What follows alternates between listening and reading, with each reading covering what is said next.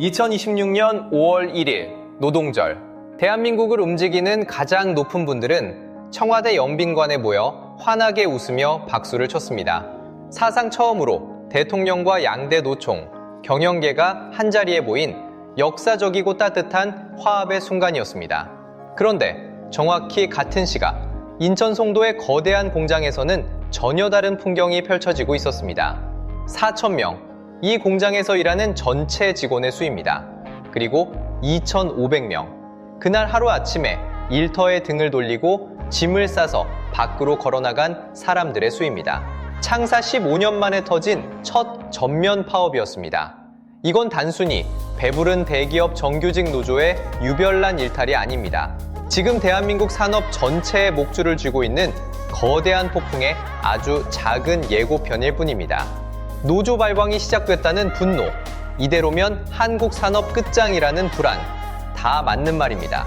그런데 80년 전 미국도 정확히 같은 자리에 서 있었습니다. 그때 미국이 어떻게 빠져나왔는지, 그리고 한국은 지금 그 시간표 어디쯤 와 있는지 오늘같이 펼쳐드립니다. 그 영빈관에는 대통령 1명, 한국노총 김동명 위원장, 민주노총 양경수 위원장, 경총 손경식 회장, 소상공인연합회 송치영 회장이 앉아 있었습니다. 이게 같은 날, 같은 나라, 같은 시간에 벌어진 일이에요. 한쪽은 박수, 한쪽은 멈춘 라인. 그것도 첫 법정 공휴일로 지정된 노동절, 바로 그날입니다. 첫 법정 공휴일 노동절, 첫 오자회동, 첫 전면 파업, 첫이 3개나 겹친 하루예요. 결혼식장으로 비유하면 이런 겁니다. 한 가족은 신랑 신부 입장에 박수를 치고 있는데 옆방에서 다른 가족은 짐을 싸서 식장을 빠져나가는 거예요. 그것도 같은 결혼식에 같은 시각에. 이게 우연일 리가 없잖아요. 한데 이게 끝이 아니라 시작이었습니다. 같은 송도, 그 공장의 숫자를 한번 보겠습니다. 노조 요구하는 평균 14% 임금 인상에 영업이익의 20%를 성과급으로, 거기에 1인당 3천만 원 격려금까지. 영업이익 컨센서스가 2조 4천억 대니까 20%면 5천억 가까운 돈이에요. 임단협 13차례가 결렬됐고 회사 측 손실은 이미 1,380억, 이대로면 6,400억까지 갈 수 있다고 사측이 직접 발표했습니다. 1분기 영업이익이 5,808억이었는데 손실이 분기 영업이익을 통째로 삼키는 거예요. 라인 20%는 이미 폐기 수순으로 들어갔고요. 이게 바이오 한 곳 얘기가 아닙니다. 화성 쪽으로 가보겠습니다. 삼성전자 노조는 영업이익의 15%를 성과급으로 달라는 입장이에요. 영업이익 15%면 약 45조. 5월 21일부터 6월 7일까지 18일 총파업을 예고했고 파업 시작 도전인 4월 27일부터 이재용 회장 자택 앞에 천막을 치고 농성에 들어갔습니다. 통신도 같은 그림이 펼쳐집니다. LGU 플러스 노조는 영업이익의 30%를 6년째 같은 톤으로 요구하고 있어요. 작년 영업이익이 899억, 임직원이 9,800명, 30%를 9,800으로 나누면 1인당 약 2,700만 원이 나오는 산수입니다. 이걸 지켜본 LGU 플러스 회사 측은 입장문을 냈는데 표현이 강했어요. 비겁한 처사, 타사 노조의 정당한 요구안을 먹잇감으로 던져주는 행태라고 했습니다. 회사가 노조 입장문에 이런 단어를 쓰는 게 흔한 통경은 아니거든요. 단 이번엔 정규직이 아닙니다. 청주 SK하이닉스 M30 공장 앞에 모인 사람들은 원청 SK하이닉스 직원이 아니에요. PNS 로지스라는 하청업체 사람들이었습니다. 이분들이 4월 30일 기자회견을 열고 SK하이닉스 본사를 상대로 직접 교섭을 요구했어요. 원청한테 직접 교섭을 요구한 건 SK하이닉스 상대로는 사상 처음입니다. 격차를 한번 보겠습니다. 같은 SK하이닉스 정규직은 2026년 1인 평균 성과급이 약 7억으로 전망돼요. PNS 로지스 하청은 상생장려금이 500만 원에서 600만 원 사이입니다. 산수로 환산하면 40배에서 140배 격차예요. 같은 공장, 같은 라인에서 같은 시간, 같은 웨이퍼를 만지는데 식판은 다른 식당에서 받는 셈인 거죠. 이게 말이 됩니까? 이쯤 되면 한 회사 노사 문제로 묻기가 어려워집니다. 부평 한국제엠으로 가보겠습니다. 노조 요구안이 4월 29일에 확정됐어요. 월 기본급 14만 9,600원 인상, 1인당 3천만 원 성과급, 점심시간 1시간으로 확대, 2027년 주 4.5일제, 정년 연장, 그리고 공장 폐쇄, 합병, 외주 전환할 때는 노조 합의 의무화. 명분은 4년 연속 흑자였습니다. 다만 4층 명분도 같이 봐야 균형이 맞아요. 2025년 한국GM 영업이익이 4,897억, 전년 대비 마이너스 63.9%로 깎였습니다. 매출은 12조 6,128억으로 12.3% 빠졌고요. 작년 4월 미국이 자동차에 25% 관세를 때렸고 그 한 방으로 한미 FTA 무관세 혜택이 사실상 백지가 됐어요. 트레일블레이저, 트랙스 가격 경쟁력이 흔들리는 자리입니다. 여기에 시간표가 하나 더 깔려 있어요. 2018년 GM이 정부, 산업은행과 맺은 한국 잔류 약속이 2028년 말에 끝납니다. 2달 남은 게 아니라 2해 남짓이지만 산업시계로는 그게 2달이거든요. 손님이 식당 메뉴를 30개 다 시키면서 이 집은 흑자니까 더 줘야지 라고 외치는데 식당 사장 입장에서는 마진이 60% 줄었고 임대 계약 끝나는 날까지 2해도 안 남은 상황. 이건 한 회사 노사 문제가 아니라 한국 산업시계 얘기로 가야 합니다. 그럼 왜 이 모든 일이 2달 안에 한꺼번에 터졌을까요? 이유는 한 줄입니다. 노란봉투법이 2026년 3월 10일에 시행됐어요. 시행 한 달 만에 1011개 하청노조가 원청 372곳에 단체 교섭을 요구했습니다. 그리고 2달이 채 지나기 전에 그 숫자가 1091개 하청노조 대 원청 403곳으로 불어났어요. 조합원 규모가 14만 6천 명입니다. 상급단체별로는 민주노총 356곳, 한국노총 344곳, 거기에 어디에도 가맹 안 한 미가맹 노조가 52곳, 현재 교섭 절차가 실제로 시작된 곳은 33곳이에요. 동네로 옮겨보면 이런 그림입니다. 한 동네 가게 1091곳이 동네 슈퍼 403곳에 동시에 찾아가서 거래 조건 다시 짜자고 들이미는 풍경이거든요. 그것도 슈퍼 사장이랑 한 번도 거래 안 했던 가게들이 단체로요. 이쯤에서 한번 자문해 보셔야 합니다. 내 회사가 저 403곳 안에 들어가 있나? 우리 회사가 누군가의 원청으로 잡혀 있나? 이 영상 보시는 분 중에서 부평협력사, 청주하청, 송도 도급사, 화성 외주업체에서 일하시는 분들, 본인 회사 이름이 그 명단 어딘가에 있을 가능성이 적지 않습니다. 그리고 이 영상마다 어딜 가도 항상 달리는 댓글이 있어요. 이러다 한국 끝장난다. 외국인이 투자를 안 한다. 막가파식 들어눕기다. 그 댓글의 분노가 트였다고 말하려는 게 아닙니다. 다만 그 분노가 향해야 할 자리가 노조 발광이라는 단어로 닫히면 우리는 진짜 그림을 못 보거든요. 이건 노조가 갑자기 미쳐서 벌어진 일이 아니라 단 한 법안이 만든 정확한 산수입니다. 그런데 이상한 게 하나 있습니다. 이 풍경을 80년 전 어디선가 정확히 똑같이 봤습니다. 그리고 그 나라는 오늘 한국이 마주한 질문에 자기들이 직접 답을 만들어 봤던 나라입니다. 그 나라는 미국입니다. 그리고 미국은 한국이 오늘 마주한 그 질문, 노조와 산업이 한 식탁에 마주 앉았을 때 누가 먼저 일어서야 하는가? 그 답을 자기들 손으로 직접 만들어 봤던 나라거든요. 미국 의회가 그 답을 만들기 딱 1년 전, 그러니까 1946년, 미국 거리에서는 이런 일이 벌어지고 있었습니다. 지금 한국에서 일어나는 이 풍경이 처음 겪는 일일까요? 1946년 한 해 미국에서는 파업이 4,985건 일어났습니다. 거기 참여한 사람이 460만 명입니다. 미국 역사 통틀어 단일 연도 최대 기록이에요. 이게 무슨 뜻이냐? 그해 1월 21일 하루에 철강 노동자 75만 명이 한꺼번에 손을 내려놨습니다. 미국 단일 산업 사상 최대 파업이고요. 자동차 노조 UAW는 GM 공장 앞에서 113일을 버텼습니다. 32만 명이 매달렸고 결국 임금 17.5%를 끌어올렸어요. 자, 460만 명이 어느 정도 규모냐? 당시 미국 노동자 약 10명 중 1명꼴로 한 해 안에 거리로 나왔다는 얘기입니다. 식탁에 10명이 앉아 있는데 그중 1명이 일어나서 문 밖으로 나간 그림이거든요. 이걸 한국 인구로 환산해보면 약 700만 명 규모예요. 부산 인구의 2배가 거리에 있었다는 뜻인 겁니다. 80년 전 미국 거리는 동네 슈퍼에 우유 사러 가는데 시위대 햇열이랑 같이 걸어가는 풍경이었던 거예요. 시위가 특별한 사건이 아니라 그냥 출근길 옆자리였던 시간. 지금 한국에서 벌어지는 이 일은 80년 전 미국이 한 해 한 해 압축해서 겪은 그것의 한국 버전입니다. 미국의 위기는 이 한 번으로 끝나지 않았습니다. 거리만 끌었으면 그래도 풀 길이 있었어요. 진짜 무서웠던 건 그 거리 위에 인플레이션이 같이 얹혀버린 거거든요.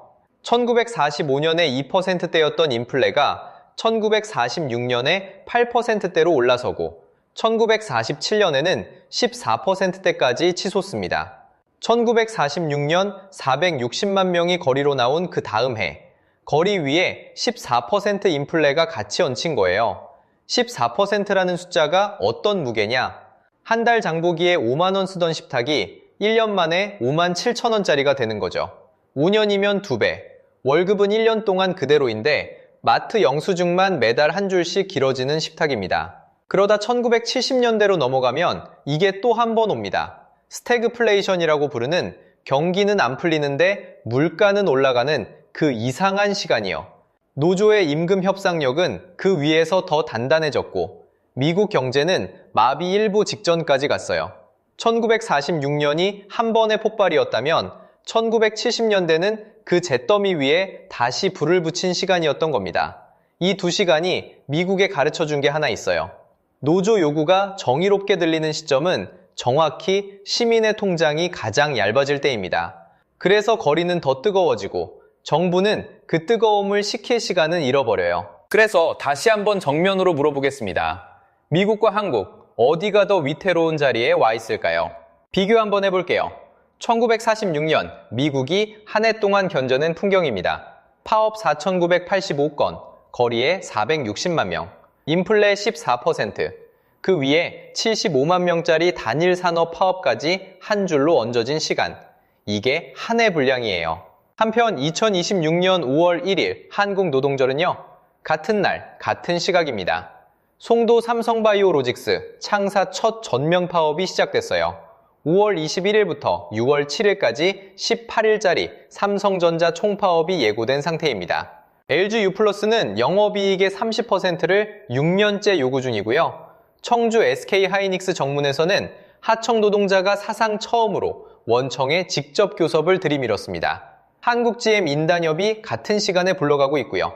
노란봉투법 한 법안 아래에서 1011개 하청노조가 원청 372곳에 교섭을 요구한 상태거든요. 거기에 진주 CU 물류센터에서 화물연대 조합원 한 분이 대체 화물차에 치여 돌아가신 사건까지 같은 두 달 안에 겹쳐 있어요. 이게 한국의 한 시점, 한 줄로 압축됩니다. 미국이 한 해에 걸쳐 풀어낸 사건이 한국에선 단 하루에 한 줄로 묶인다는 얘기입니다. 미국이 80년치 분량을 한 통에 넣고 천천히 끓였다면 한국은 지금 그 압력솥의 뚜껑을 2달 만에 닫아버린 겁니다. 압력은 안에 있고 시간은 그 아버린 겁니다. 압력은 안에 있고 시간은 밖에 없어요. 방향이 정확히 정반대인데 충격은 똑같이 옵니다. 미국은 460만 명이 거리로 쏟아진 다음 해부터 노조를 묶는 쪽으로 핸들을 꺾었거든요. 한국은 같은 풍경 앞에서 노조 권한을 더 넓혀주는 법으로 핸들을 반대로 꺾은 거고요. 부부는 정반대인데 두 운전자 다 같은 절벽 앞에 서 있는 그림인 거예요. 그러면 미국은 이걸 어떻게 풀었을까요? 미국은 80년에 걸쳐 4단계로 풀어냈습니다. 첫 단계가 입법, 두 번째가 본보기 해고, 세 번째가 자금줄 차단, 네 번째가 산업을 통째로 빼버리는 카드. 이 네 장의 카드가 1947년부터 2010년대까지 천천히 펼쳐진 겁니다. 한 장 던지고 효과 보고, 또 한 장 던지고 효과 보고, 시간이 미국 편이었어요. 한국은요, 한국에 주어진 시계는 2달짜리예요. 미국 80년대, 한국 2달. 시간 압축 비율을 그대로 산수해보면 480배입니다. 한 사람이 80년 걸려 풀어낸 숙제를 옆 사람한테 2달 안에 풀라고 답안지째 들이미는 셈인 거예요. 그래서 더 정확히 봐야 합니다. 미국이 한 그 4단계가 무엇이었는지, 어떤 순서로 어떤 무게로 던져졌는지, 그걸 알아야 한국이 지금 그 시계에 어디쯤에 손이 가 있는지가 보이거든요. 1946년 미국이 460만 명을 거리로 내보냈던 그 다음 해, 미국 의회는 한 법을 통과시켰습니다. 1947년 6월 23일이었어요. 트루먼 대통령이 거부권을 행사했지만 의회가 그 거부를 다시 뒤집고 가결시킨 법입니다. 그 법 이름은 태프트-하틀리법. 미국 4단계의 첫 번째 카드입니다. 내용이 어떤 거였냐? 대통령에게 80일 냉각기 명령권을 줍니다. 국가 보건이나 안전이 위협받으면 파업을 강제로 멈추라고 지시할 수 있는 권한이에요. 그 다음으로 파업의 종류 자체를 법으로 갈라놓습니다. 연대 파업, 야생 파업, 정치 파업, 2차 보이콧, 클로즈드 샵.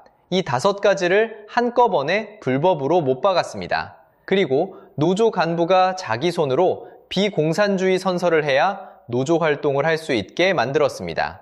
마지막으로 14B라는 한 줄 조항을 끼워 넣어 각 주가 자기 영토 안에서 더 강한 노조 제한 입법을 할 수 있는 길까지 미리 열어둡니다. 이게 한국말로 무슨 뜻이냐? 한국으로 옮기면 이런 그림이 됩니다. 어떤 파업은 해도 되고 어떤 파업은 해도 처벌받는다는 명단을 단 한 법안에 박아놓은 셈입니다. 비유하자면 이런 거예요. 파업이라는 큰 강이 흐르고 있었는데 미국은 그 강을 막은 게 아닙니다. 강을 5갈래로 갈라놓고 그중 4갈래에는 출입 금지 팻말을 박아둔 거거든요. 강 자체는 흐르게 두되 흐를 수 있는 길만 좁힌 거예요. 이 법 하나로 미국 노조가 쓸 수 있는 무기 종류 자체가 절반으로 줄었습니다. 트루먼 대통령조차 거부권을 던졌는데 의회가 그 거부를 다시 뒤집은 법이에요. 460만 명 충격에 대한 답이 단 1년 만에 입법으로 도착한 겁니다. 자, 여기서 한국 거울을 한번 보겠습니다. 한국이 2026년 3월 10일 시행한 노란봉투법이 어떤 법인지, 그동안 노조활동의 사각지대였던 하청, 특수고용직까지 단체 교섭권을 확장한 법입니다. 거기에 CU 화물연대 사망사고 한 건을 분기점으로 서울진호위가 화물기사의 진짜 사용자를 원청으로 인정하고 서울행정법원이 화물연대 조합원을 노조법상 근로자로 인정합니다. 서울중앙지법까지 같은 방향의 판결을 내립니다.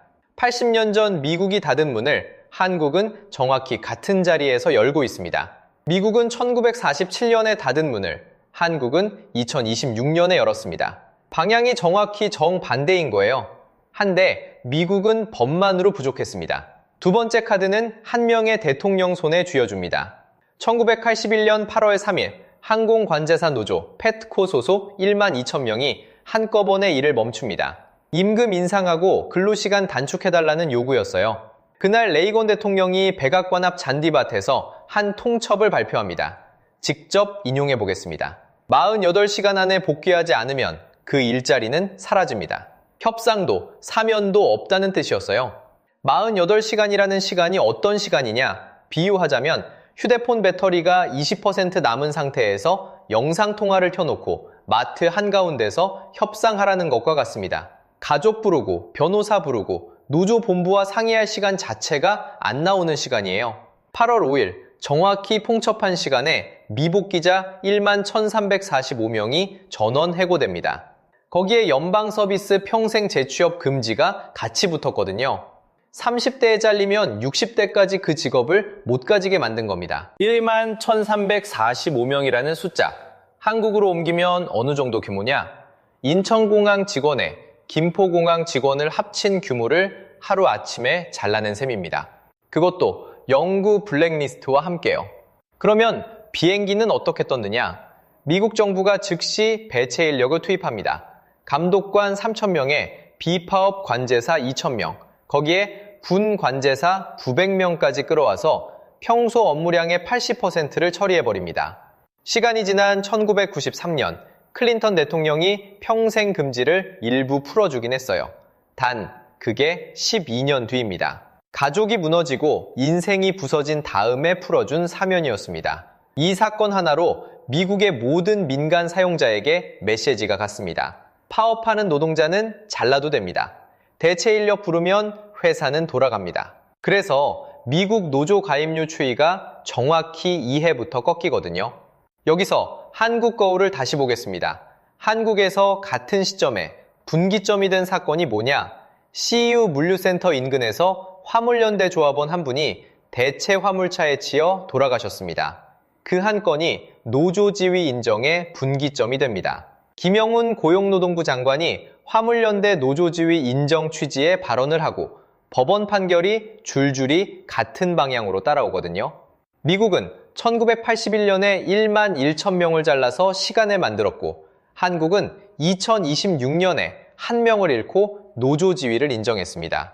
분기점의 보호가 정반대인 거예요.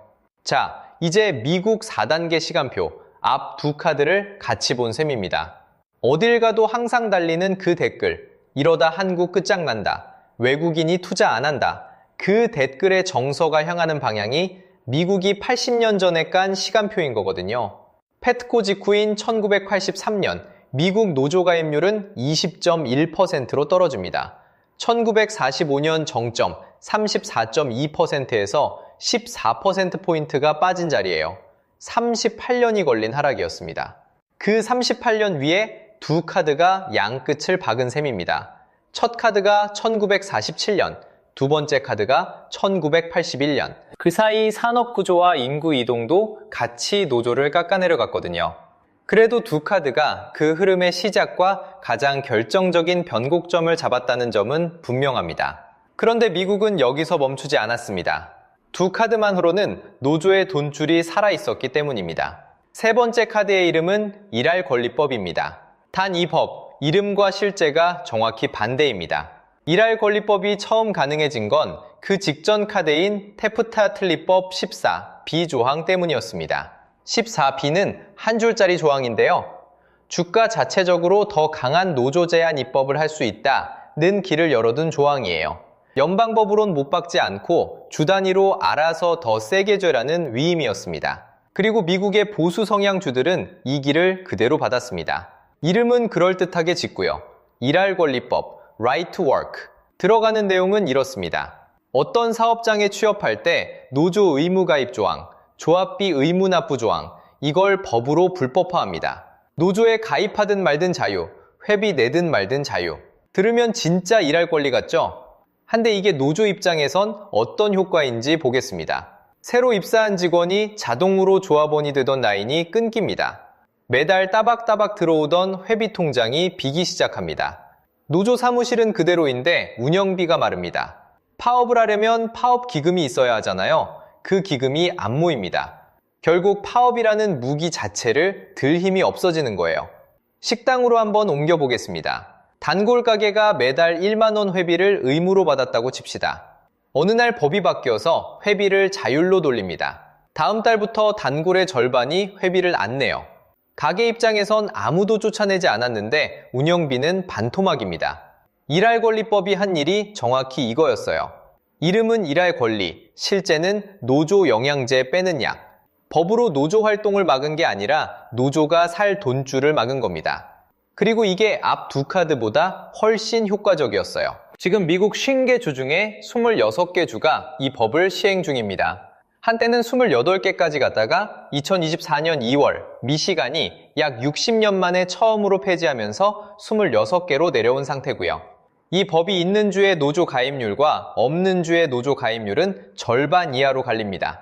같은 나라 안에서요. 자, 한국으로 돌아오겠습니다. 한국 노조 가입률이 얼마인지 아십니까? 2024년 기준 13.%입니다. 조합원 277만 7천 명.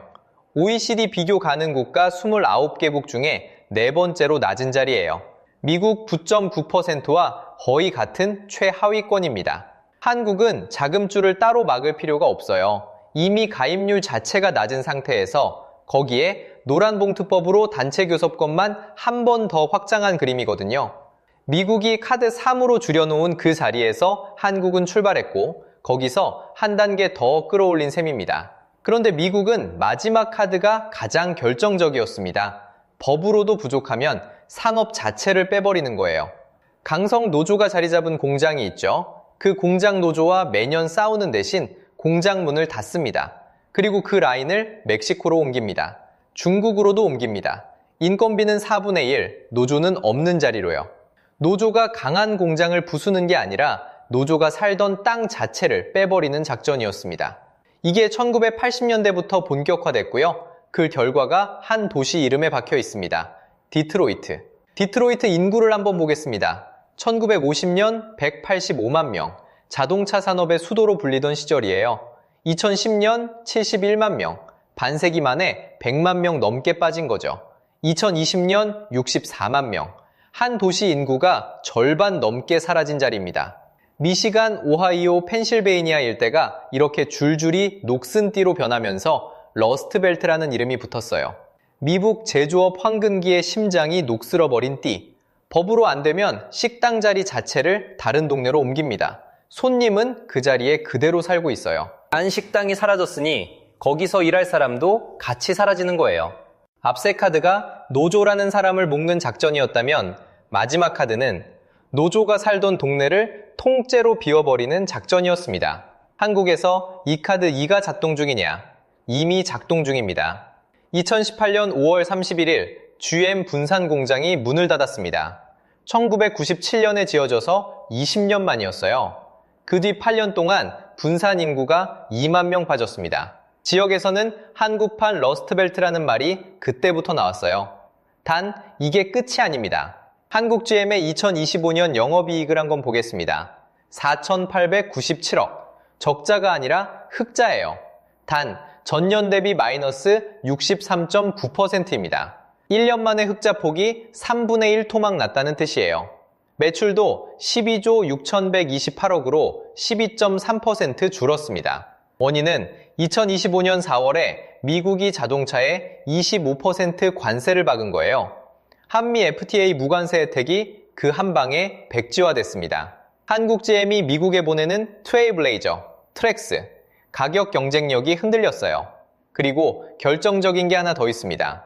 2018년 둔산 폐쇄 직후 정부와 산업은행이 GM과 맺은 10년 잔류 약속이 있었거든요. 그 약속이 2028년 말에 끝납니다. 2달이 아니라 2해 반 남은 시기예요. 이게 자동차 한 회사 얘기로 끝나면 다행인데요.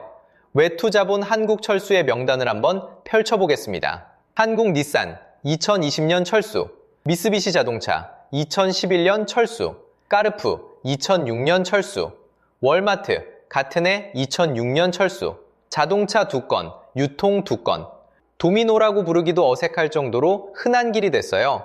한국 시계는 분산 다음이 어디인지의 문제일 뿐입니다. 그런데 여기서 멈추면 절반만 본 겁니다. 미국이 4단계로 도착한 자리, 그 청구서가 누구한테 갔는지를 봐야 해요. 미국 노조 가입률 1945년 34.2% 정정. 그러니까 미국 노동자 3명 중 1명꼴로 노조에 들어가 있던 시절이에요. 거기서 4단계가 차례로 작동합니다. 1947년 태프트 하틀리법, 1981년 펫코 해고, 1980년대 일할 권리법 확산, 그리고 오프쇼어링.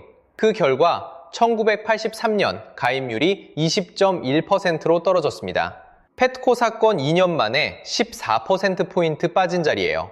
그 뒤로 거의 4년에 1%포인트씩 깎이는 속도로 미끄러집니다. 그리고 2024년 통계가 나옵니다.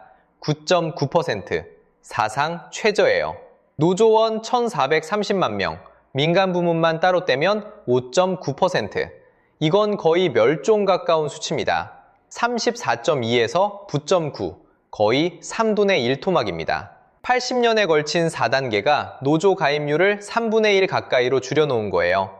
한데 이게 청구서의 전부가 아닙니다. 노조가 1.3로 줄어든 그 자리에 도시 인구도 같이 빠졌거든요. 디트로이트 인구가 절반, 러스트벨트 도시들 평균 가구 소득이 미국 평균 아래로 가라앉았고요. 저도 이 숫자를 처음 정리하면서 등골이 좀 서늘했습니다. 노조 한 가족 구성원이 1.3로 줄었는데 그 가족이 살던 동네 인구도 절반이 빠진 그림이거든요. 미국이 4단계로 노조를 묶고, 부수고, 자르고, 빼버린 끝에 도착한 자리는 문제 해결이 아니었어요. 문제와 함께 사라진 도시였습니다. 노조도 사라지고 도시도 사라진 자리, 거기에 청구서가 도착해 있었던 거예요. 그러면 한국은 지금 이 4단계 중 어디쯤 와 있을까요? 그리고 한국이 미국 길로 가야 할까요? 가지 말아야 할까요? 영상 끝까지 같이 펼쳐보겠습니다. 자, 카드 하나씩 한국이 그 시간표 위에 어디 서 있는지 짚어보겠습니다. 미국은 80년 걸려 내장을 펼쳤는데 한국은 그 4장을 2달 안에 다 만지고 있는 자리거든요. 먼저 카드 하나, 입법으로 묶기. 미국은 1947년에 파업의 종류를 법으로 줄였잖아요. 연대파업, 정치파업, 의무가입 다 닫아버린 그 카드. 한국은 정확히 정반대 방향으로 문을 열었습니다. 노란봉투법으로 하청, 특고, 플랫폼까지 단체 교섭 자리에 앉을 수 있게 만든 거예요. 미국이 1947년에 닫은 그 문을 한국은 2026년에 연 겁니다. 부호가 정반대, 카드둘, 본보기로 부수기. 미국은 1981년 8월에 1만 1천 명을 한꺼번에 잘라서 시간을 만들었습니다. 그 1만 1천 명이 미국 노조가 90년간 줄어드는 시작점이었거든요. 한국은 같은 자리에 정확히 거꾸로 된 분기점이 박혔습니다. 2026년 4월 진주 CU 물류센터 앞에서 화물연대 조합원 한 사람이 대체차에 치여 사망한 그 사건. 미국은 1만 1천 명 해고가 분기점이었고 한국은 1명의 죽음이 분기점이 됐습니다. 같은 시점에 서울 진호위가 CJ 대한통운, 한진을 화물기사의 진짜 사용자로 인정했고 서울행정법원과 서울중앙지법이 화물연대 조합원의 노조법상 근로자 지위를 잇따라 인정했어요. 미국이 본보기 해고로 노조 시계를 멈췄던 자리에서 한국은 1명의 죽음이 노조 지위를 인정하는 쪽으로 시계를 돌린 겁니다. 방향이 완전히 반대. 카드 셋, 자금줄 차단. 미국이 80년 걸려서 한 가장 효과적인 작전이었죠. 노조 의무 가입을 자율로 바꿔서 회비 들어오는 라인을 끊어버린 그 카드. 그런데 한국에는 이 카드가 따로 필요 없습니다. 이미 그 자리에 와 있거든요. 한국 노조 가입률 13%, OECD 비교 가능한 29개국 중 4번째로 낮은 자리. 미국이 80년 걸려 도착한 9.9%와 거의 비슷한 출발선에 서 있는 거예요. 미국은 자금줄을 끊어서 9.9%까지 깎아왔고 한국은 처음부터 13%였습니다. 그 위에 노란봉투법으로 단체 교섭권만 확장한 거고요. 자금줄은 이미 가늘어진 채로 교섭 권한만 넓어진 그림, 카드넷, 산업 자체를 빼버리기. 그리고 이 카드가 한국에선 가장 무겁습니다. 이미 작동 중이거든요. 2018년 5월 31일 GM 군산 공장이 문을 닫았습니다. 1997년에 세워진 공장이 20년 만에 멈춘 거고 그 뒤로 8년간 군산에서 인구 2만 명이 빠져나갔어요. 한국판 러스트벨트의 첫 도시. 그리고 지금 2018년에 정부와 산업은행이 GM과 맺은 10년 잔류 약속이 2028년 말에 끝납니다. 2달이 아니라 2해 남았는데 그 사이 한국 GM 2025년 영업이익은 마이너스 63.9%, 4,897억으로 투막났습니다. 2025년 4월 미국 25% 자동차 관세가 한미 FTA 무관세 혜택을 백지로 만들었거든요. 한국 닛산 2020년 철수, 미쓰비시 2011년, 까르푸 2006년, 월마트 2006년. 외투 자본은 이미 도미노로 빠지고 있고 그 다음 카드가 한국 GM이 될지 다른 데가 될지의 문제일 뿐입니다. 이 4카드를 같이 놓고 보면 한국은 미국 4단계의 거울이 아닙니다. 미국에 없던 5번째 조합 위에 서 있는 거예요. 노조는 강해지는데 산업은 빠진다. 미국은 노조를 줄이면서 도시를 잃은 코스를 갔다면 한국은 노조는 키우면서 도시를 잃을 수 있는 그 코스의 입구에 서 있는 겁니다. 이게 우연일 리가 없습니다. 노란봉투법이 한 달 만에 1011곳, 2달 만에 1091곳을 원청 403곳 앞으로 데려간 그 산수가 있어요. 거기에 한국GM 2028 카운트다운이 같은 시간에 겹친 것 자체가 이미 한 그림이거든요. 한국은 어떤 답을 골라야 할까요? 길은 2갈래로 보입니다. 길 하나, 미국식 4단계로 받아치는 길. 단기적으로는 그림이 빠르게 정리됩니다.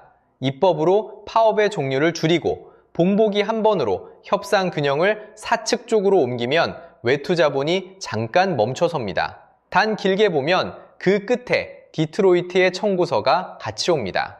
인구 185만에서 64만으로 절반이 빠진 도시, 가입률 9.9%, 민간 부문 5.9%, 미국이 80년 걸려서 알게 된 답이에요. 길 둘, 미국 길을 안 가고 다른 답을 찾는 길, 노조와 산업이 같이 사는 모델. 다만 솔직히 말씀드리면 이 길이 검증된 나라는 아직 없습니다.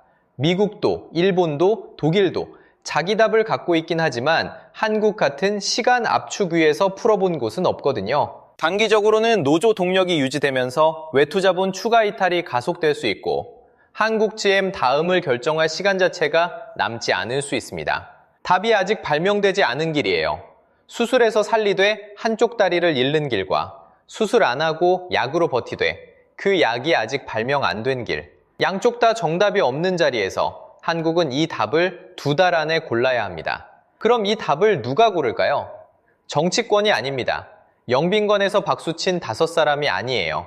시청자분들의 직장이 먼저 답합니다. 부평, 창원, 울산에서 외투자본 협력사, 하청, 중소기업에 출근하시는 분들. 카드넷의 한국 시계가 가장 먼저 멈추는 자리거든요. 분산이 8년 전에 먼저 답을 받았던 그 자리에 지금 서 있는 분들입니다. 송도, 기흥, 청주에서 정규직과 하청 사이 40배에서 140배짜리 시판 격차를 매일 보시는 분들. 카드셋의 자리가 정상화될지 더 굳어질지가 그 식판 위에서 결정됩니다. 화물, 택배, 플랫폼에서 일하시는 분들. 카드 둘의 한국판 분기점이 진주 물류센터에서 만들어졌을 때 자기 노동의 무게가 그 저울 위에 얹힌 분들이에요. 미국이 80년 걸려 알게 된 답을 한국은 2달 만에, 그것도 자기 살로 알게 될지 모릅니다. 자, 정리하겠습니다. 1946년 미국 한 해에 460만 명이 거리에 나왔습니다. 그 1년 뒤에 테프트 하틀리법이 만들어졌고요. 1981년 1만 1천 명이 48시간 통첩에 평생 해고됐습니다. 미국 노조 가입률은 그 해부터 꺾여 9.9%까지 내려왔고요. 디트로이트 인구는 30년 만에 절반이 빠졌습니다. 그리고 2026년 5월 1일 한국 영빈관의 박수와 송도 공장에서 멈춘 라인이 같은 시각에 같이 있었습니다. 이 박수가 1947년 미국 시간표에 어떤 입구일지, 한국이 4단계 카드 중 어디쯤 서 있는지, 그리고 다음 2달이 어떤 카드를 펼칠지 지금 이 순간 같이 지켜봐야 할 자리에 우리는 와 있습니다.